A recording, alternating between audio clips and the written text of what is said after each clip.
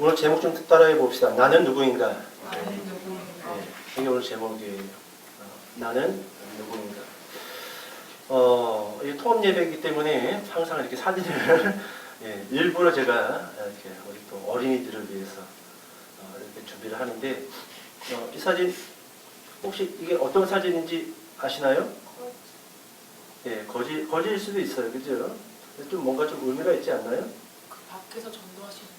예, 밖에서 전달하시는 분. 예, 뭐 그럴 수도 있습니다. 서울역 같은 데 가면은 예수 전당 불신지옥 이렇게 팻말을 들고 서 계신 할아버지들 계시죠. 사모님은 혹시 이게 어떤 사진인가 좀 감이 오시나요? 사모님 연세면은 이게 딱 와야 될 텐데. 뭐 1초의 망설임도 없이 이거 우리 세대가 이게 이 눈물을 흘렸고 또 오랜 시간 이것을 또 지켜봤고 또 이 사건을 통해서 많은 가정과 사람들이 또 회복되어지는 일들이 있었습니다. 여기 전 세계적으로 가장 길게 방송했던 생방송으로 방송했던 그 방송의 기록이 우리나라에 있어요. 맞습니다. 예. 이산 가족 찾기, 이산 가족을 찾고 있었던 한 남성의 모습을 제가 함께해서 여러분들에게 방금 보여줬어요. 1983년 6월 30일 날 이 방송이 시작됐는데 6.25 전쟁 마치고 30주년이 되는 1983년 6월 30일 날 우리나라의 이 전쟁으로 인해서 많은 가족들이 찢어지고 나뉘어지고 그리고 그렇게 아픔을 간직한 채 살아가고 있었단 말이죠. 그래서 KBS 방송국에서 이 남한 땅에 살고 있는 이 이산 가족들 가운데 혹시 같은 하늘 아래 같은 남한에 있지만 찾을 수 없기 때문에 못 만나는 그런 가족들을 우리가 한번 만나게 해보자. 그래서 여러분 이 방송이요 83년 6월 30일 날 시작을 해서 언제 마치냐면은 83년도 11월 14일 날 마칩니다. 생방송으로. 전체 일수를 따지면 138일 그리고 시간으로 따지면은 453시간 45분 동안 이 방송 이산 가족 찾기 방송이 생방송으로 진행을 했다라는 거예요. 자, 그렇다면 이산 가족 찾기를 통해서 과연 몇 사람들이 만났는가? 그 만남의 횟수를 보니까 1189명이 가족을 찾았어요. 어머니를 찾고 아버지를 찾고 형제를 찾고 또 어머니 아버지가 전쟁 중에 돌아가신 분들은 이모를 만나고 삼촌을 만나고 큰아버지를 만나는 그런 1189명이 이산가족 찾기를 통해서 내 혈육을 찾고 만나게 되었다는 겁니다. 그런데 여러분 이 이산가족 찾기 저도 어렸을 때 초등학교 막 들어가기 전에 기억이 있고 그리고 그 방송을 지켜봤던 그런 기억들이 지금도 생생합니다. 그런데 한 장면이 지금도 떠올라요. 어떤 장면인가 하냐 하면은 이 이산가족 찾기가 맞춰진 무렵에 전쟁 고아가 되었던 사람입니다. 그러니까 정확히 몰라요. 자기가 워낙 어렸을 때 그 6.25 전쟁을 겪었고 뭐 정신 차려 보니까 혼자예요. 고아원입니다. 내가 누구지? 그러니까 이 편말을 들고 이 서 있는데 그 기자가 그 한 사람의 그 편말을 쭉 확대해서 클로즈업을 했는데 거기는 이렇게 적혀져 있었어요. 저는 이름도 모릅니다. 아버지가 누군지 모릅니다. 어머니가 누군지도 모릅니다. 제 고향도 모릅니다. 하지만 혹시 제 얼굴을 보고 저를 알 것 같은 사람은 연락 주십시오. 여러분 좀 마음이 좀 애려오지 않습니까? 이름도 몰라. 아버지하고 어머니가 누군지도 몰라. 형제가 있었는지 없었는지도 몰라. 심지어 내가 어디에서 태어나서 저 고아원에서 자랐는지 그것도 몰라.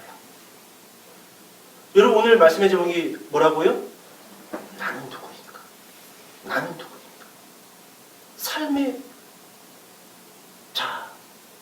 삶의 정체성. 나는 누구인가? 인생에는 크게 세 가지 질문이 있다라고 그렇게들 이야기를 합니다. 첫 번째, 나는 누구인가요? 삶의 정체성. 두 번째 질문, 어떻게 살 것인가? 삶의 태도. 마지막으로 세 번째, 무엇을 위해 살 것인가? 삶의 목적. 한번 따라해 보실래요? 삶의 정체성, 삶의 정체성, 삶의 태도, 삶의 태도, 마지막으로 삶의 목적. 그렇습니다. 이것이 모든 사람들이 철이 들어가면 들어갈수록 던지는 질문이에요. 나는 누구인가? 삶의 정체성. 어떻게 살 것인가? 삶의 태도. 그리고 나는 무엇을 위해 살 것인가? 삶의 목적. 자, 오늘은 첫 번째 질문만 우리가 제목으로 말씀을 통해서 성경에서는 무엇을 우리에게 이야기해주고 있는지 그 의미들을 살펴보기를 원합니다. 여러분, 이산가족 찾기, 이건 우리나라에만 있었던 사건은 아닙니다. 제목이 다르고 색깔이 달라서 그렇지 더 오래전에 프랑스에서도 똑같은 사건이 있었어요. 1차 세계대전이 끝나고 전쟁으로 인해서 단기 기억 상실증에 걸린 프랑스 군인들이 상당히 많이 있었습니다. 군대를 갔다 온 사람들은 좀 이해할 수 있어요. 저는 공수부대에 있으면서 주특기가 또 60mm 박격포였습니다. 그게 총 무게가 18kg예요. 물론 세 개를 나눠서 들고 다니긴 하지만 때로 급할 때는 그냥 18kg를 맵니다. 30kg 무장에 18kg를 또 올려요. 거기다가 낙하산 무게도 또 10여 kg가 돼요. 그거 메고 뛰어다녀야 되는 거예요. 그런데 그 사격을 하다가 저 후방에서 자주포 사격이 있었는데 그 포탄이 이 앞에서 박격포를 훈련하는 사병들 머리 위로 자주포는 날아갑니다. 저 멀리서 쏴야 되니까. 그런데 잘못 쏜 거예요. 잘못 쏜 거예요. 저 산을 때려야 되는데 그 산과 박격포를 연습하고 있었던 우리 중대 그 중간 어귀에 자주포가 떨어진 거예요. 그 포소리는 안 들어보면은 설명 불가해요. 와, 여러분 영화에서 보면은 폭탄 큰 게 팍 떨어지면 저 멀리서부터 땅이 쫙 밀려오는 그런 거 알지요? 바닷물이 쫙 밀려오는 거, 그 진동으로 인해서. 저는 그거를 눈으로 봤어요. 자주포탄 하나가 산으로 떨어지지 아니하고 중간 어귀에 떨어졌는데 그 진동이 찬 돌이 튀면서 저기서부터 이렇게 나한테 밀려오는 그 공포심. 그리고 나를 싹 스쳐 지나갈 때, 야, 이 공기가 깨진다라는 그 소리. 깜짝 놀랐습니다. 그리고 한동안 우리 그 소대에 그 한 18명 되는 소대원들이요, 서로 눈만 쳐다보고 한 3초 정도 육체 이탈. 영혼이 여기 나갔다가 다시금 돌아오는 듯한 느낌을 서로 느꼈어요. 여러분 볼까요? 1차 세계대전, 세계전쟁이에요. 거기에 참전했던 프랑스 군인들이 전쟁이 끝나고 본국으로 소환해서 돌아왔는데 기억이 나지 않는 거예요. 그 포탄 소리에. 그리고 동료들도 죽고 자기 몸도 성하지 않겠지요. 정신이 온전할 수가 없어요. 그래서 이 프랑스에서 어떤 만남을 주선을 하냐면은 이 프랑스 파리에서 만남의 광장이라는 이 주제를 가지고 이 병사들이 기억을 못하니까 고향이 어딘지 모르고 어디 출신인지 모르니까 이 만남의 광장을 열어서 이 군인들의 가족을 찾아주자. 그러면서 이 병사들이 한 사람씩 이 사열대에 올라와서 이야기를 하는데 그때 한 병사가 이렇게 소리를 칩니다. 제발 내가 누구인지 말씀해 주실 수 있는 분 이 자리에 안 계십니까?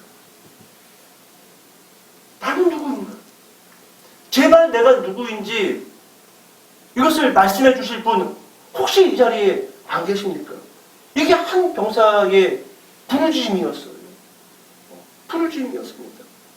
제가 종종 사용했던 사건 하나 있지요. 예화 가운데. 예전에 여러분 뉴스에도 나왔어요. 밤에 광화문 거기 이 도로가 얼마나 넓습니까? 거기가 왕복 16차선이니까. 근데 경찰에 하나의 그 신고 전화가 들어왔어요.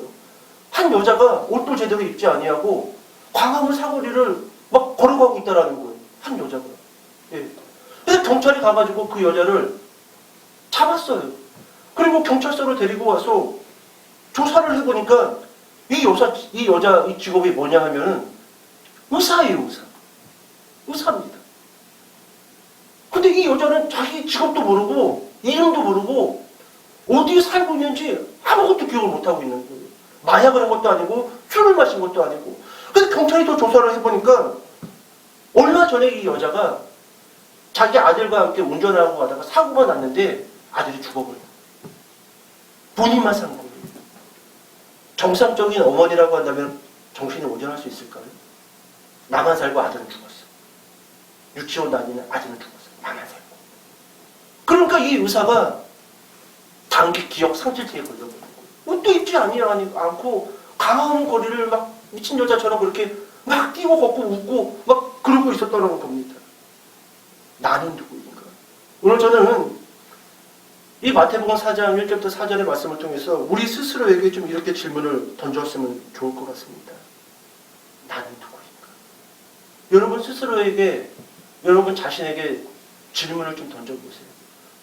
나는 누구인가? 여러분 이름 말고요. 여러분 직업 말고요. 여러분 그 별명 그런 거 말고요. 어디 출신이고 그런 거 말고. 나는 누구인가? 이게 모든 사람들이 이 세상 가운데 던지는 첫 번째 질문이라는 거예요.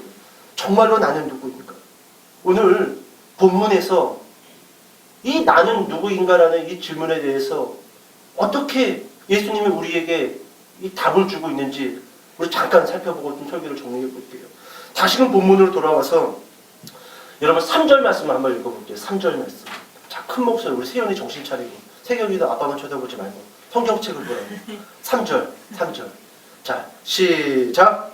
시험하는 자가 예수께 나와서 이르되 내가 만일 하나님의 아들이여든 명하여 이 돌들로 떡덩이가 되게 하라. 예. 여러분 우리가 너무도 잘 알고 있는 본문의 말씀입니다. 예수님은 30살이 되던 해 3년 동안 사역을 하셨어요. 그죠? 근데 그 3년 사역을 시작하기 전에 어디로 가셨냐 하면은 성령에게 이끌려 광야로 가십니다. 그리고 그 광야에서 40일간 완전히 금식하셔. 아무것도 드시지 아니하고 완전히 금식을 합니다. 학자들은 이야기하기를 물도 마시지 않는 금식이었다라고 이야기를 합니다. 얼마나 고통스러웠을까요? 물이라도 먹으면 그래도 좀 어떻게 해볼 만한데 보통 학자들이 이야기하기를 이 금식은 아예 입에 아무것도 안 들어가는 그런 금식이었다고 합니다. 그리고 그 금식이 마칠 무렵 예수님은 사단에게 총 몇 번의 시험을 당하시죠? 3번. 오늘 우리가 읽었던 이 본문은요, 그 중에 이 3번의 시험 가운데 제일 첫 번째 시험이에요. 근데 그 시험이 뭐냐 하면은 이겁니다. 다시금 여러분 3절 말씀 볼까요? 시험하는 자가 마귀지요, 사단이지요. 예수께 나와서 이르되 같이 한번 읽어봅시다. 이 부분 시작. 네가 만일 하나님의 아들이어든 여기까지. 네가 만일 하나님의 아들이어든. 지금 예수님이 무엇을 흔들고 있는 거예요? 정체성을 흔들고 있는 겁니다. 너 뭐냐? 너 하나님의 아들 맞아? 하나님의 아들 맞아? 나는 누구인가? 삶의 정체성. 첫 번째로 마귀가 예수님에게 던졌던 그 질문이 정체성이었어요. 네가 만일 하나님의 아들이거든. 네가 만일 하나님의 아들이거든. 그러면서 사단이 이렇게 말을 이어갑니다. 명하여 이 돌들로 떡덩이가 되게 하라. 첫 번째 시험이 뭡니까? 네가 하나님의 아들이거든. 정체성을 가지고 흔들고 있는 겁니다. 그리고 그 정체성을 증명해 봐라는 거예요. 그래서 어떻게 증명하냐? 이겁니다. 돌을 떡으로 만들면 너 하나님의 아들 인정. 하지만 돌을 떡으로 만들지 못하면 하나님의 아들 인정하지 못하겠다. 이것이 사단이 예수님에게 던졌던 첫 번째 질문이라는 겁니다. 여러분 잠깐 저를 봐볼까요? 우리의 정체성은요, 무엇을 할 수 있느냐 또는 없느냐에 있지 않음을 반드시 기억하셔야 돼요. 우리의 정체성은 무엇을 했고 안 했고에 있지 않아요. 이건 사단이 다 우리에게 주는 시험입니다. 우리를 속이는 거예요. 네가 만약 하나님의 아들이거든 이 돌들을 가지고 떡을 만들어라. 무슨 말이에요? 떡을 만들면 인정. 떡 만들지 못하면 인정하지 못하겠다. 사단이 모든 문화와 모든 사람들에게 지금도 우리를 속이기 위해서 던지고 있는 질문이라는 겁니다. 여러분 볼까요? 톡 까놓고 예수님은요, 돌을 가지고 떡이 아니라 떡볶이를 만들어 먹든지 붕어빵을 만들어 먹든지, 예, 다른 걸 만들어 먹어도 그분의 정체성은 바뀌어요, 안 바뀌어요? 바뀔 수 없어요. 이걸 특별히 하나님의 자녀된, 그리고 교회에 지체된 우리가 반드시 기억해야 될 말씀이에요. 우리의 정체성 바뀔 수 있다 없다? 없어요. 근데 자꾸 우리는 이거 하면은 내가 조금 잘하는 거고, 이거 못하면 내가 아닐 수도 있고. 아니에요. 이 모든 정체성의 혼란은 누가 주는 시험이냐 하면은 사단이 오늘날 교회에 주고 있는 첫 번째 시험이라는 겁니다. 시험. 많은 사람이 이 사단의 첫 번째 질문에 속았습니다. 심지어 교회도, 교회된 성도도 이 첫 번째 시험과 질문에 속았다는 겁니다. 여러분, 한국교회 안에 만연해 있는 생각이 뭡니까? 이거 잘 벌면은 하나님이 축복하는 가정, 하나님이 축복하는 사업. 근데 맨날 가난해 한다고 하는데 맨날 뭐가 좀 잘 안 돼. 그러면은 뭔가 저 집안에는 하나님이 미워하고 간증스럽게 여기는 뭔가 있겠지. 아닌 척하지 마세요. 아닌 척하지 마세요. 뭐 그냥 저도 종종 이 사단이 던진 이 첫 번째 질문과 시험에 저도 종종 넘어갈 때가 있어요. 좀 잘 나가는 성도, 좀 잘 나가서 이렇게 빨리빨리 좋은 대학 가고 좋은 회사에서 연봉 좋은 데 취직하는 그런 청년들 보면은 쟤는 하나님이 참 이뻐하고 기뻐하는 애인가 보다. 근데 뭐 안 돼, 뭐 애가 그냥 뭘 해도 잘 안 되고 그냥 맨날 지질이 궁상이고 그냥 어디 뒷골목이나 있고 그냥 어디 PC방에서 그냥 라면이나 먹으면서 오락이나 하고 뭐 이런 애를 보면은 저러면 새끼 저거는 쟤는 끝났어요. 저도 운영중에 속는단 말이에요. 저도 운영중에. 근데 저만 속을까요? 저만 지금 사모가 저를 보고 코를 찡긋했는데 여러분 저만 속는 걸까요? 우리가 다 이런 생각 가운데 있다라는 거예요. 무엇을 할 수 있으면 하나님의 아들, 무엇을 잘 하지 못한다든지, 무엇을 못 만들면은 하나님의 아들 인정? 우리가 이러고 있단 말이죠. 여러분, 작년 3월 달에 세계 행복의 날을 맞아 유엔에서 세계 행복 보고서를 발표했어요. 여러분들이 많이 들었던 그런 보고서일 겁니다. 세계 행복 보고서. 작년에 유엔에서 이 발표한 그 보고를 보니까 OECD, 경제협력개발기구, OECD, 이 경제협력개발기구에 가입한 나라가 총 전 세계에 38개 국가라고 합니다. 그런데 세계 행복보고서 이 OECD에 가입한 38개 국가에서 최하위권 어떤 나라가 있을까요? 다 알잖아요. 왜 또 모르는 척해요. 행복지수 맞아요. 우리보다 행복한 나라 제가 좀 몇 나라 좀 읽어볼까요? 대만, 사우디아라비아, 바레인, 우즈베키스탄, 말레이시아, 일본, 과테말라, 엘살바도르, 온두라스. 다 우리보다 행복해. 가서 보면은 막 지질 궁상인 나라들 있어요. 막 도로도 아스팔트가 안 깔려 있고, 막 집도 이거 막 손 지저분한데 막 빵 같은 거 먹고 코브리옷 막 먹고 막 이런 데 있단 말이에요. 물도 제대로 안 나와서 우리는 아침 저녁으로 샤워하잖아요. 근데 물이 귀해가지고 막 때가 꼬질꼬질한. 근데 우리보다 훨씬 행복하대.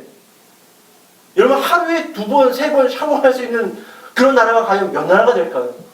하루에 3끼를 다 먹고 또 간식까지 먹는, 예? 그런 나라가 과연 전 세계에 몇 나라가 될까요? 그런데 행복지수를 유엔이 작년에도 보고서를 발표를 했는데 여전히 꼴찌예요. 여전히 꼴찌. 그럼 어쩌다가 이렇게 된 것인가, 우리나라가. 왜 우리나라는 여전히 불행하다고 사람들이 나는 행복하지 못해요. 나는 불행해요. 나는 가난해요. 왜 이렇게 이야기를 하는가? 이유가 있어요. 여러분 미국의 여론조사 이 퓨리서치 센터라는 데가 있어요. 발음하기가 어려워. 퓨리서치 센터. 이 미국의 여론조사 기관이라고 합니다. 이 센터가요 17개국을 대상으로 이런 주제를 가지고 리서치를 했어요. 인생의 의미를 어디에서 찾을까? 각 나라의 사람들이 인생의 의미를 어디에서 찾을까? 호주와 뉴질랜드를 포함한 이 17개 나라 가운데 14개 나라가요 인생의 의미를 어디에서 찾냐면 그 사람들이요 가족입니다.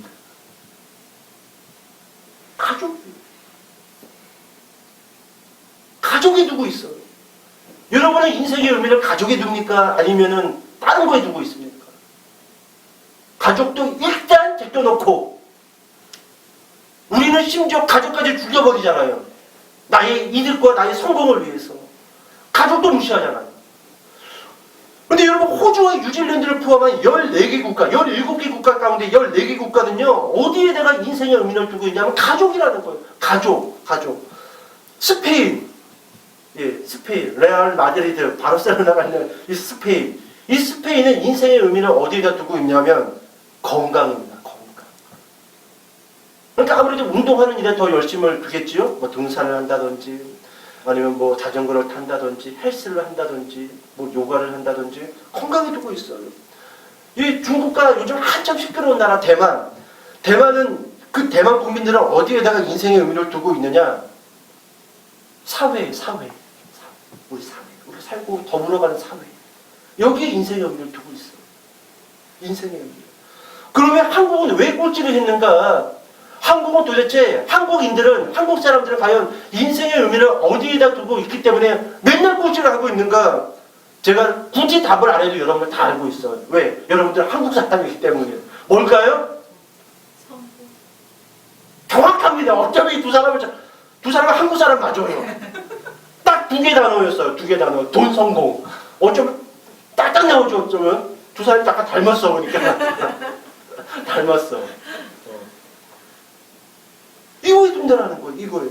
성공에 두고 돈에 두고. 여러분 잠깐 저를 봐보세요. 여러분 성공의 의미를 두고 돈의 의미를 두는 것은 어쩌면은 다른 데는 의미가 있을 수도 있습니다. 그런데요. 항상 이 돈과 성공은요. 얘네들은 고약해요. 여러분 성공하려면 어떻게 해야 돼요? 무한 경쟁이에요. 무한 경쟁. 그러면 그 무한 경쟁 가운데 100명이 무한 경쟁을 하면은 몇 명만 성공했다. 몇 명만 돈 벌었다 할까요? 그 몇 명 안 됩니다. 거의 1%, 2%밖에 안 돼요. 나머지는 다 그냥 그만의 그나물이에요. 그 1%들을 위해서 희생하는 자리에 가야 돼요. 100명 가운데 99명은 그 한 명을 떠받치는 그 자리에 가야 돼요. 그러니까 한 사람을 제외하고 99명은 뭐라고 이야기하는 거예요? 저는 행복하지 않습니다.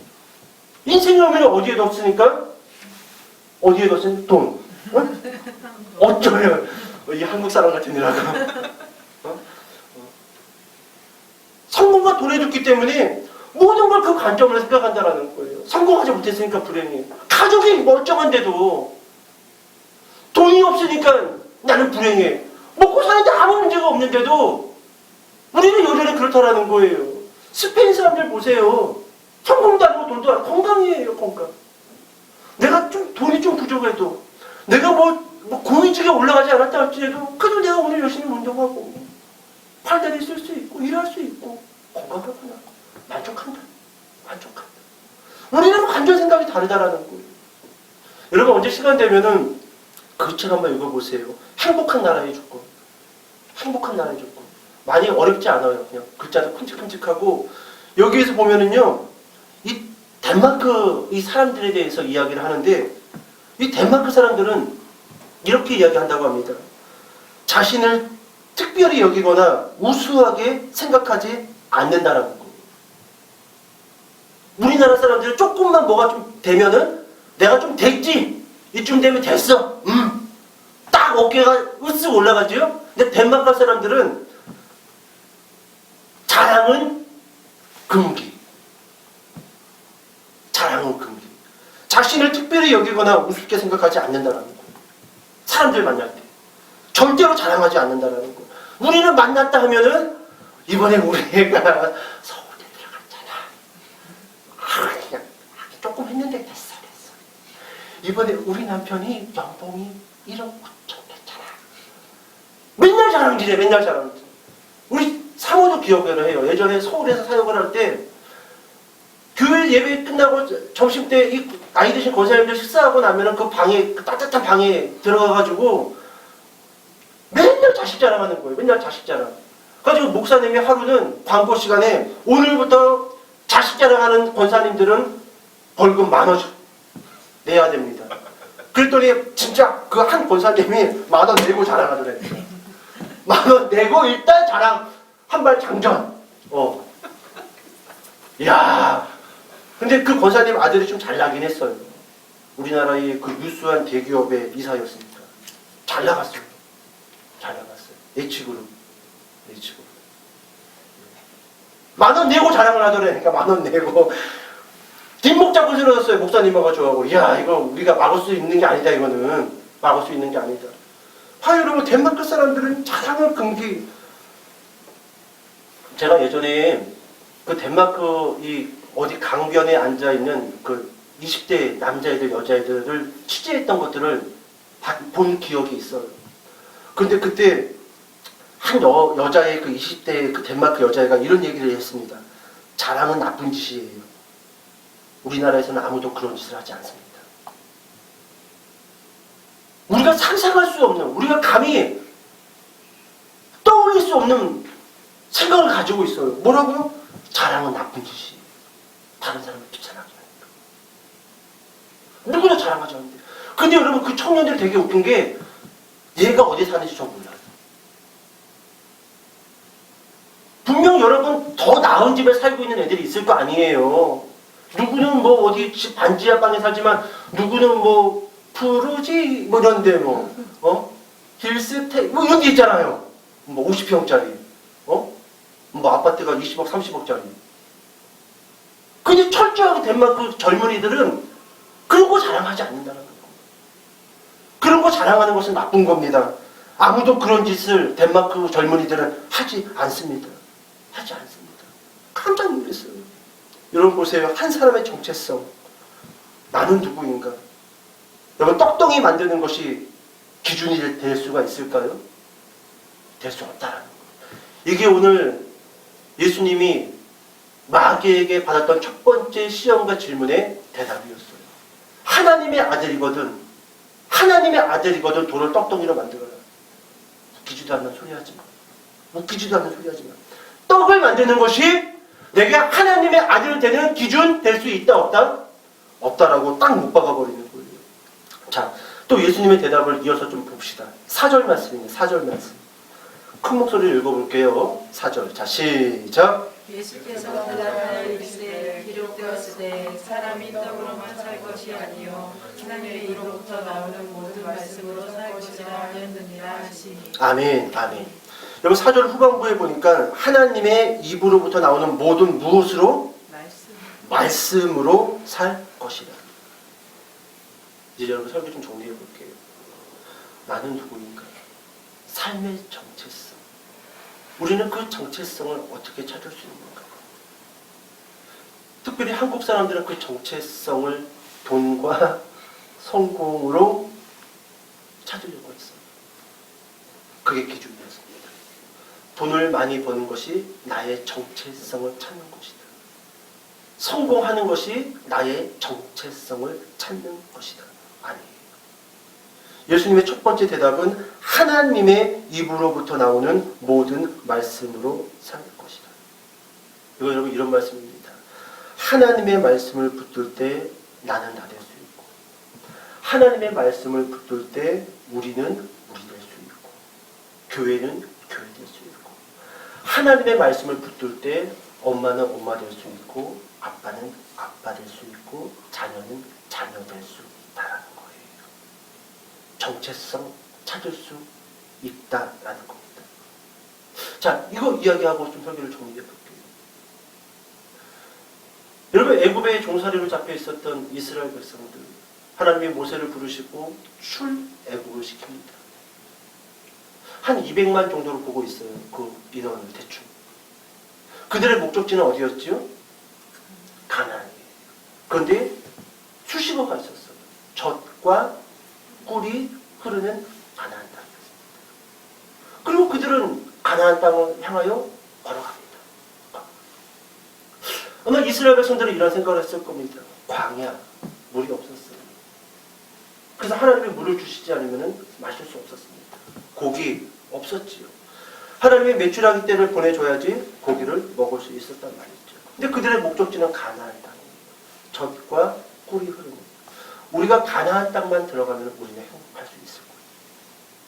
우리가 그 땅에 들어가기만 하면은 우리의 만족은 충분하게 될 거예요. 그런 생각을 가지고 그들은 나중에 가나안 땅으로 들어갑니다. 근데 여러분 결과는 어떻지요? 아니요. 젖과 꿀이 흐르는 가나안 땅에 들어갔지만 결국 그들은 이렇게 표현해 봅시다. 영적으로 그리고 육체적으로 알거지가 되어버립니다. 왜요? 이거예요. 사람이 떡으로만 살 것이 아니요. 무엇으로 살아야 된다?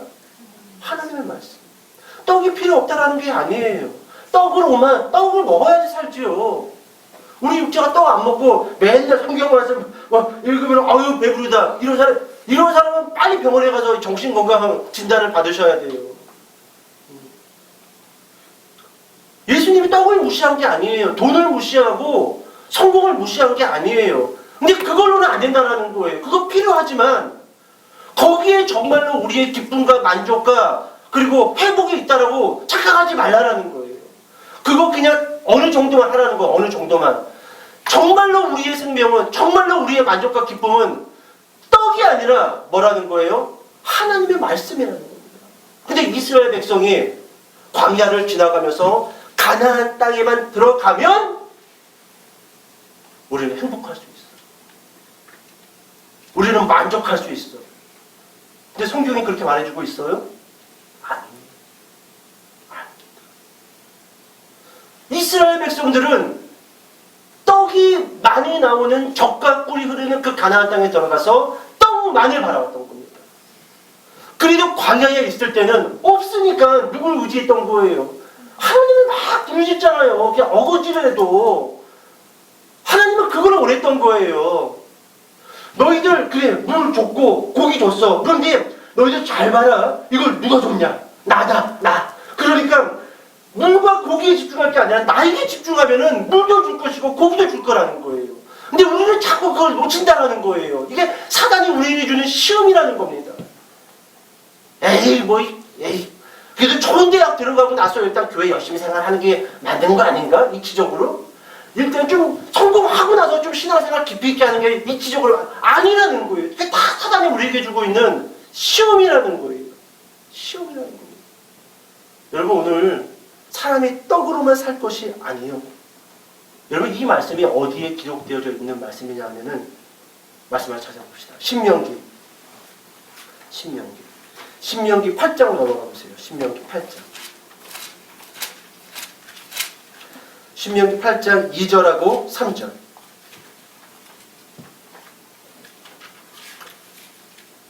신명기 8장 2절하고 3절. 자, 신명기는 구약 274페이지에 있어요. 자, 2절 3절 같이 한번 읽어볼게요. 큰 목소리로. 자, 시작. 내 하나님 여호와께서 이 40년 동안에 네게 광야길을 걷게 하신 것을 기억하라. 이는 너를 낮추시며 너를 시험하사 네 마음이 어떠한지 그 명령을 지키는지 지키지 않는지 알려 하심이라.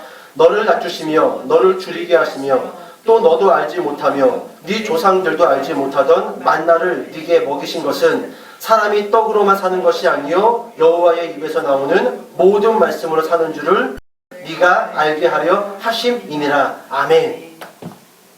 맞지요? 떡에 집중하지 말라는 거예요.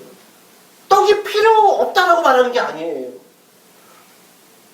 떡 필요합니다. 열심히 노력해서 성공도 하고 돈도 많이 벌었으면 좋겠어요. 근데 거기에 집중하지 말라라는 거예요. 오늘 하나님이 말해주고 있잖아. 왜 너희는 광야에서 굶주리게 있느냐? 왜 목마르게 있느냐? 이걸 알려주려고 했다라는 거예요.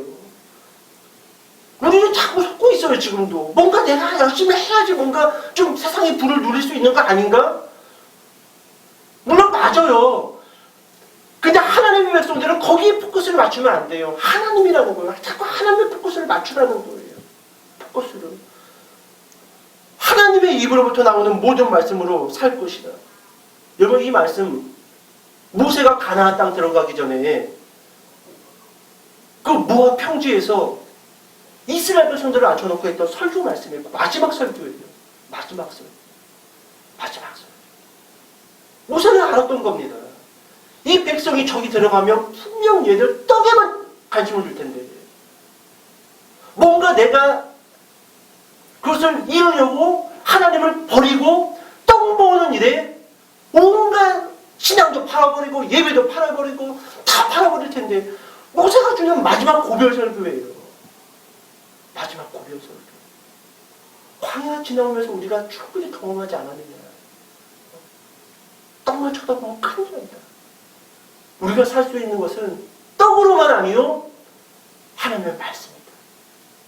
하나님의 말씀입니다. 여러분 그렇게 말씀해주고 있다는 것이죠. 자, 그렇다면 여러분 이것이 꼭 먹고 사는 문제에만 국한된 문제일까요? 아니에요. 여러분 구원의 영역에 들어오면요 또 똑같습니다. 또 똑같아요. 돌을 떡덩이로 만들면 하나님의 아들, 돌을 떡덩이로 만들지 못하면 하나님의 아들 아니다. 이게 여러분 구원의 영역에 들어와서도 똑같이 작용을 한다는 거예요. 그래서 뭔가 내가 좀 열심을 내야지. 뭔가 좀 내가 해야지. 안 하면은 못 받은 것 같고 하면은 받은 것 같고. 제가 요즘 읽고 있는 책이 한 권이 있어요. 작년에 그 소천하신 미국의 그 팀 켈러 목사님이 쓰신 센터 처치라는 한 700페이지, 800페이지 되는 책을 제가 좀 읽고 있는데 그 책에 목사님이 이렇게 글을 적어놨어요. 제가 잠깐 읽어드릴게요. 그들은 여전히 자신의 관점에서 생각하고 있다. 그들은 아직도 그리스도인이 되려면 자신이 더 나은 사람이 되어야 한다고 생각하고 있다.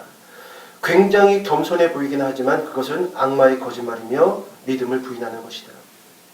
당신은 결코 충분히 선한 사람이 되지 못할 것이다. 충분히 선한 사람은 이제까지 아무도 없었다.